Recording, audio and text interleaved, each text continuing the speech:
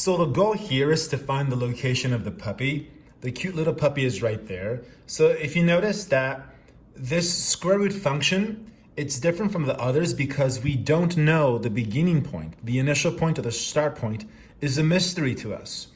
And that kind of sucks because if you want to know where the puppy is, you need an equation, right? An equation, but we don't have an equation and it's going to be hard to find one because we don't have the start point. So that's why I was telling my students that for this problem, we can use Desmos. So I click on plus and I click on table. And then let me type in the easy ones, like let's say negative 21 over 2 and 79 over 16. And for the next one, it doesn't matter the order. I'll just go there. I'll do the easy ones first. Negative 11 over 2 and 13 over 8, like that. And then right here, negative 7.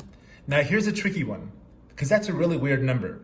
So what I'm going to do is I'm going to type in a parenthesis and I'm going to type in just the numerator. So I have negative 160 plus 53. And then I'm going to go here for a square root right there, 22.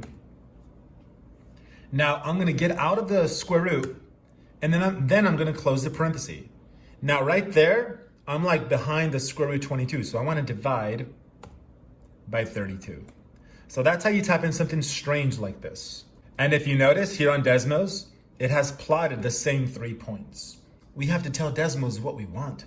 I want an equation because if I have an equation, I can find the puppy and move on. We'll be done. But you have two options. Remember, there were two possibilities. You have the ones where the picture opens left versus right. Since the puppy is on a picture that opens to the left, we're going to play with this template. So what we're going to do is we're going to type this into Desmos. But then recall how this works. Remember that instead of y, you want to type in y1. Instead of x, you want to type in x1. And instead of equals, you want to type in a squiggle. And boom, right away, let's get a good contrast here. Right away, you see that we have the equation, we have the picture, right? The picture matches, but not only that, we have the equation because we have the values of AH and K right there. And by the way, you see that 3.3125? If I tap it into a Casio and hit enter, it tells me that the number has a fraction. And so now we have our equation. So Desmos has helped us because now I have my equation. My A value was this fraction here. My H was negative 1.5, that's negative 1.5. It's minus X. And then K was negative 5. And then what was the goal?